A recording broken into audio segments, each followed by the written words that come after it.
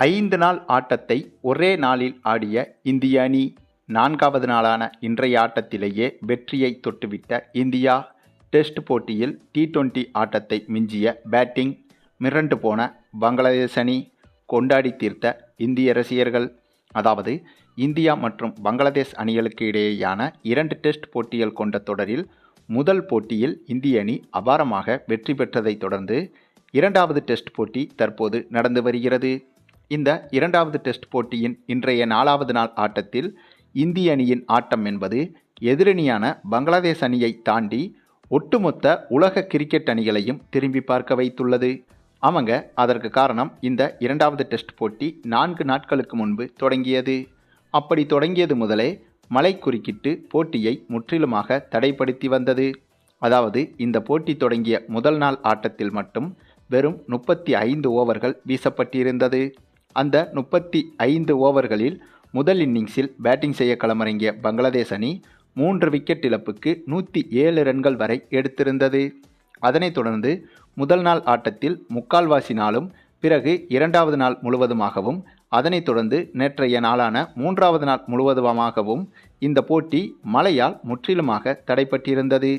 இந்த நிலையில்தான் 4வது நாளான இன்றைய நாள் ஆட்டத்தில் மழை குறுக்கிடாததால் இந்த போட்டி எந்த தடையுமின்றி தொடங்கியது. மேலும் 4வது நாளான இன்றைய நாளும் 5வது நாளான நாளைய நாளும் என வெறும் 2 நாட்கள் மட்டுமே இருப்பதால் இந்த டெஸ்ட் போட்டி கண்டிப்பாக டிராவில் முடியும் என்றுதான் அனைவரும் கூறி வந்தனர். ஏனென்றால் வெறும் 2 நாட்களை வைத்துக்கொண்டு டெஸ்ட் போட்டியில் ஒரு அணி வெற்றி பெற்றுவிடும் என்று சொன்னால் அது அண்டப்புழுகு ஆபாச புழுகாகத்தான் இருக்கும். அதற்கு காரணம், டெஸ்ட் போட்டியில் ஒரு அணி வெற்றி பெற வேண்டும் என்றால் தோல்வி பெறக்கூடிய அணி 2 முறை ஆல் அவுட் ஆகியிருக்க வேண்டும். ஆனால் இந்த போட்டியில் இன்றும் நாளையும் என மொத்தமே 2 நாட்கள் தான் கையில் இருக்கிறது. ஆகவே இந்த போட்டியில் இந்திய அணி வெற்றி பெற வேண்டுமென்றால் இந்த 2 நாட்களுக்குள் பங்களாதேஷ் அணியை மொத்தமாக 2 முறை ஆல் அவுட் செய்திருக்க வேண்டும். அப்படி இருக்கையில் இது சாத்தியமே இல்லை என்றுதான் கிரிக்கெட் தெரிந்த அனைவருமே எண்ணியிருந்தனர். ஆனால் அங்கே தாங்க வச்சாங்க இந்திய அணி பயங்கர ட்விஸ்ட்டு. அவங்க இன்றைய 4வது நாள் ஆட்டம் தொடங்கியது முதலே பந்து வீச்சிலும் சரி, பேட்டிங்கிலும் சரி, சும்மா வெறித்தனமாக சம்பவம் பண்ணியிருந்தாங்க நம்ம இந்திய அணி. ஏன்னா இன்றைய நாள் ஆட்டம் தொடங்கியவுடன் பும்ரா, அஸ்வின், ஜடேஜா உள்ளிட்டவர்களின் சிறப்பான பந்து வீச்சால் முதல் இன்னிங்ஸில் பங்களாதேஷ் அணியை 233 ரன்களுக்குள் ஆல் அவுட் ஆக்கியது இந்திய அணி. அதனைத் தொடர்ந்து பேட்டிங் செய்ய களமிறங்கிய இந்திய அணியோ T20 ஆட்டத்தை மிஞ்சும் அளவுக்கு அதிரடியில் கொலவெறித்தனமாக மிரட்டியிருந்தனர். கிட்டத்தட்ட முதல் 3 ஓவர்களுக்கு 50 ரன்களை இந்திய அணி எடுத்துவிட்டது என்றால் இந்திய அணியின் அதிரடி இந்த போட்டியில் எப்படி இருந்திருக்கும் என்பதை உங்கள் கற்பனைக்கே விட்டுவிடுகிறேன்.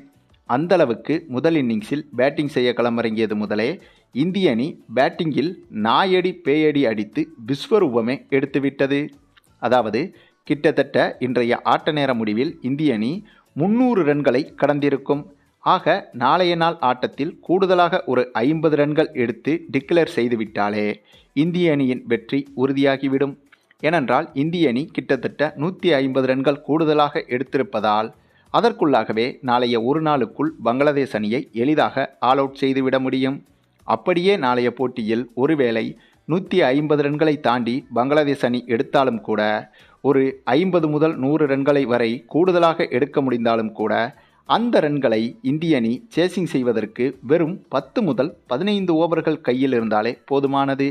ஆக எப்படி பார்த்தாலும் இந்திய அணியின் வெற்றி என்பது இன்றே 100% உறுதி என்று சொல்லிவிடலாம். ஆனால் ஒன்றுங்க, ஒரு டெஸ்ட் போட்டியில் இந்தளவுக்கு அதிரடியில் மிரட்டி இருப்பது என்பது இந்த ஒட்டுமொத்த கிரிக்கெட் வரலாற்றிலேயே இதுதான் முதல் போட்டி என்று கூட கூறிவிடலாம். சரி, நீங்கள் சொல்லுங்கள், இந்திய அணியின் இன்றைய வெறித்தனமான பெர்ஃபார்மன்ஸை பற்றி நீங்கள் என்ன நினைக்கிறீங்கன்னு உங்களுடைய கருத்துக்களையும் கமெண்டில் தெரிவிங்க.